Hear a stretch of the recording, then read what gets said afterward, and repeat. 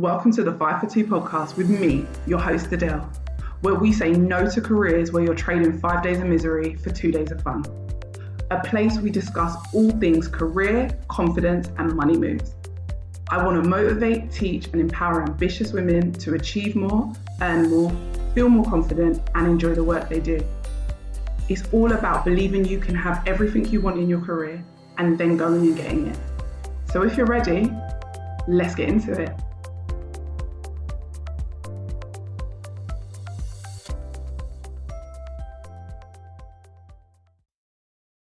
Hi everyone, welcome to another episode.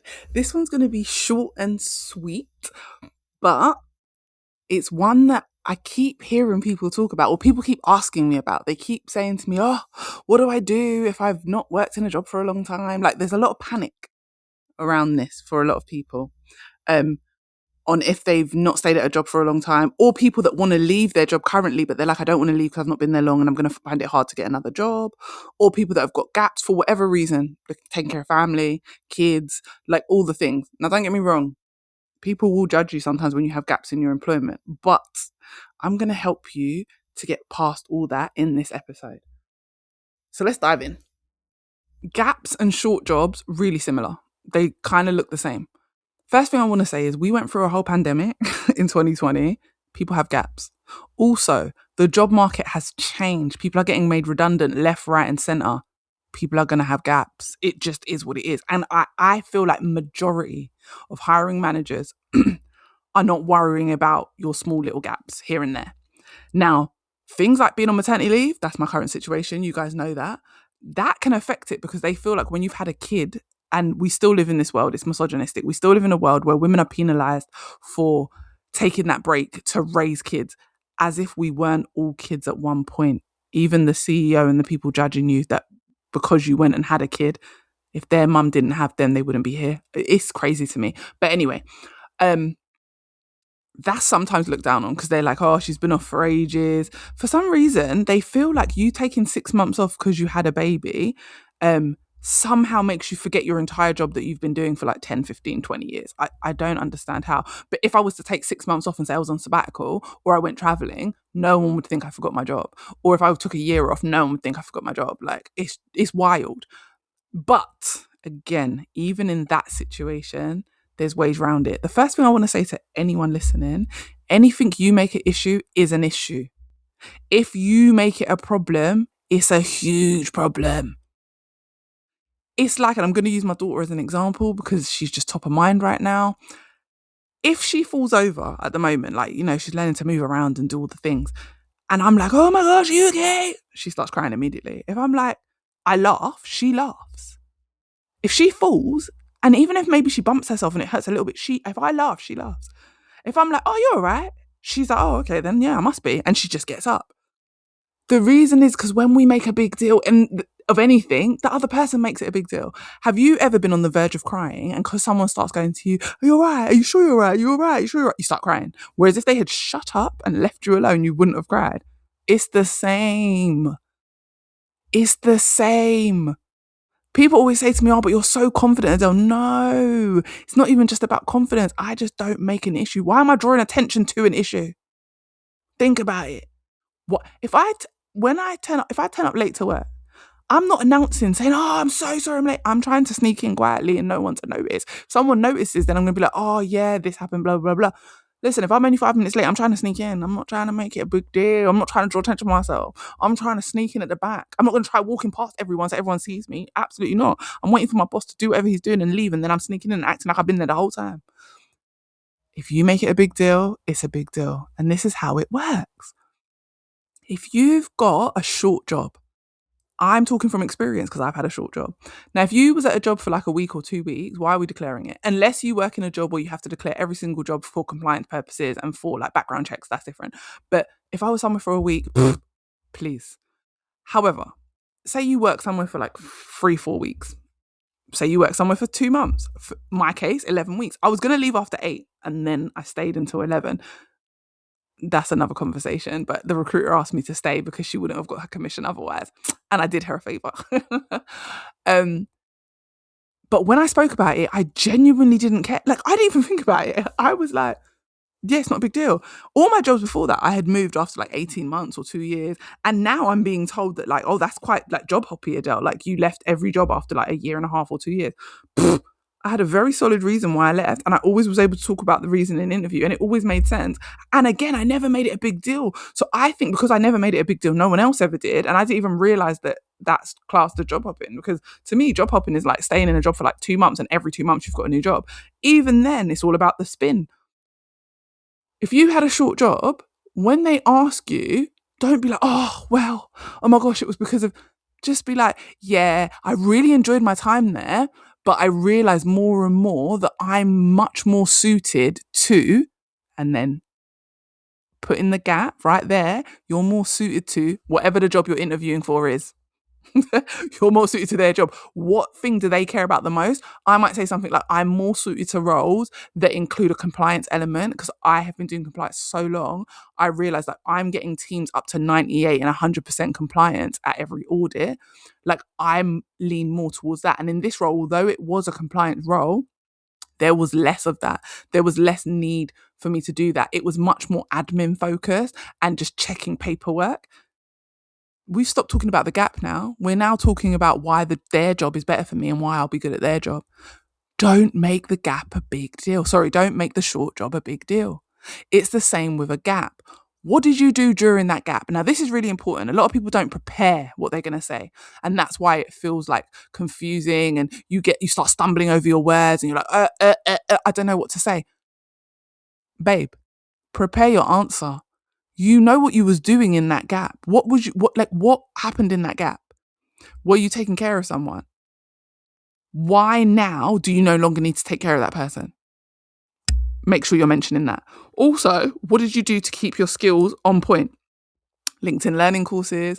Did you go to seminars? I don't care if the seminars were online. I don't care. Listen, if you listen to one of my lives or you came to one of my masterclasses, you went to a seminar and you learned something, talk about it. What did you learn in the gaps while you weren't working that can benefit the company? Obviously, don't talk about things that are no interest to them. They don't care that you went to Bali for 3 months. Like, that's no interest to them. Unless while you were in Bali, you learned something that would be key to this role. Or you learned a life skill that will help you in this role. Or you learned to live sustainably and they're a sustainability company. Like, think about the connections. You guys know I love patterns and connections. And anytime you can connect something, whether it's personal or professional, to the job you're applying to, the more you reinforce your suitability. But stop worrying about the gap. What you need to worry about is explaining what you did during the gap that makes you still relevant. Like, while I'm on maternity leave, what am I doing to keep my skills up if I was leaving my job? I'm not leaving my job. I'm going back to my same job. But say I had gone on maternity leave and I was going for a new job. That happened to me when I had my first daughter. I went on mat leave and then decided I wasn't going back to that company. I wanted to go to a different company because I wanted to be slightly closer to home. So I didn't go to interview and say, I'm coming for your job because I want to be closer to home. Absolutely not. I looked up stuff on them. I looked up what they were doing. I realized that they were bigger than the last nursery that I had worked at. And I was like, the last nursery I was running was a 52 place. You're a 100 place. I'm definitely ready for a 100 place because my 52 place, we were just working on increasing it with Ofsted to take up to 75 children. I also did wraparound care. So I'm used to having lots of children. However, I'm looking for something with a bigger number because, and then I went into my little spiel about all the ideas I have and how it will work better on a bigger scale. Do you see? I was talking about that, not worrying about, oh, why are you not going back to your old company? No. Yes, they're going to ask me, but I'm just going to quickly switch the conversation. Listen, when you answer someone at interview, you're in control of the question. You're now in control. They're in control of asking the question, but you're in control of answering the question. Once you take control, answer how you want. And I'm not saying not to answer their question, but do you see how I'm still answering the question, but shifting it, shifting the focus? I'm not going back. The only reason I'm not going back is because it's a smaller nursery. I love it there. And I would go back. However, I think it's time that I'm in a bigger setting. I have done all I can there. I have helped them achieve an outstanding Ofsted. I have helped them do X, Y, Z. I want to come and do that somewhere else now. Ta-da! We're no longer focused on why I had a gap. Firstly, no one cares, I was on maternity leave, and we're not focused on why I'm not going back to my other company. Anything you talk about, if you make it an issue, it becomes an issue. If you make it a non-issue, the person you're talking to just agrees with you. They're like, oh yeah, I get your point of view. Yeah, it's not a big deal. The thing that they suddenly thought, like when they first asked the question, was a big deal, they no longer think it's a big deal. They're like, oh yeah, yeah. And sometimes I think what happens is our own fear, our own negative thoughts. Like they say to us, oh, so how come you've got like this 3-month gap on your CV? You start panicking inside, and then that shows in your answer and you start babbling. They might not have even been asking it in a negative way. They were just nosy and curious. They're like, oh, I see you've got a 3-month gap. Listen, they saw that gap before they asked you to come in for interview. They knew you had a gap.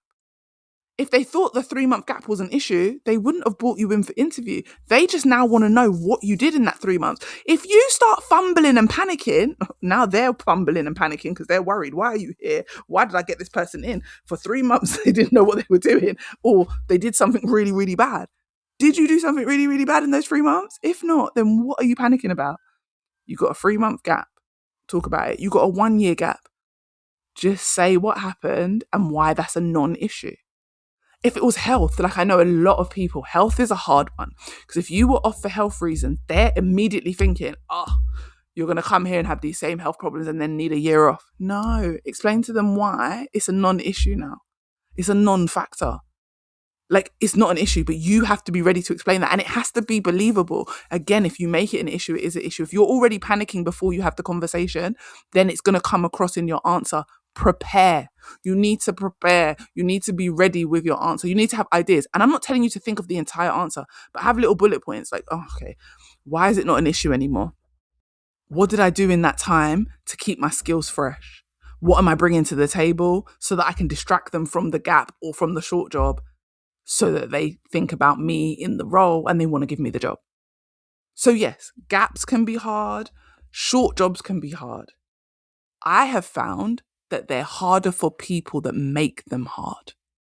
And the people that don't make them an issue always seem to somehow get employed. One of my friends was a contractor for years. 2 months here, 3 months there, 6 months there, 1 year there. She got a permanent job really quickly. Other people I know, being contractors, they come to me and they're like, I've been trying to get a job for like 2 years. No one takes me seriously because I've been a contractor. Because you didn't position yourself correctly. Why are you now ready to stop being a contractor?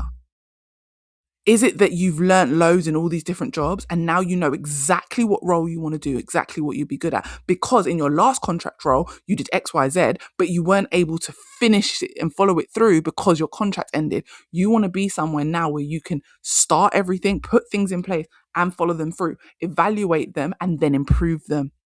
Do you see? You need to tell them why things are not an issue. You need to connect the dots for them. When you do, it makes things like gaps and short jobs not as big an issue as you think they are. Yes, there are always going to be people who look down on it, but if you booked me for interview, there is something in my CV or something in a conversation that we've had while you booked me in that made you think that gap or that short job isn't a big deal because you liked me enough to still call me in. I'm going with that.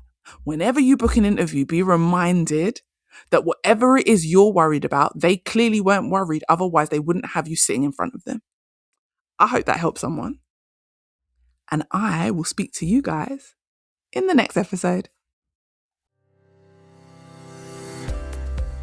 I hope this episode gave you exactly what you needed and motivated you to confidently take steps towards your next career move. If you enjoyed it, screenshot and share it on your socials, tag me on Instagram and come join my community of amazing women working on leveling up their confidence and career. Thanks for listening and see you next time.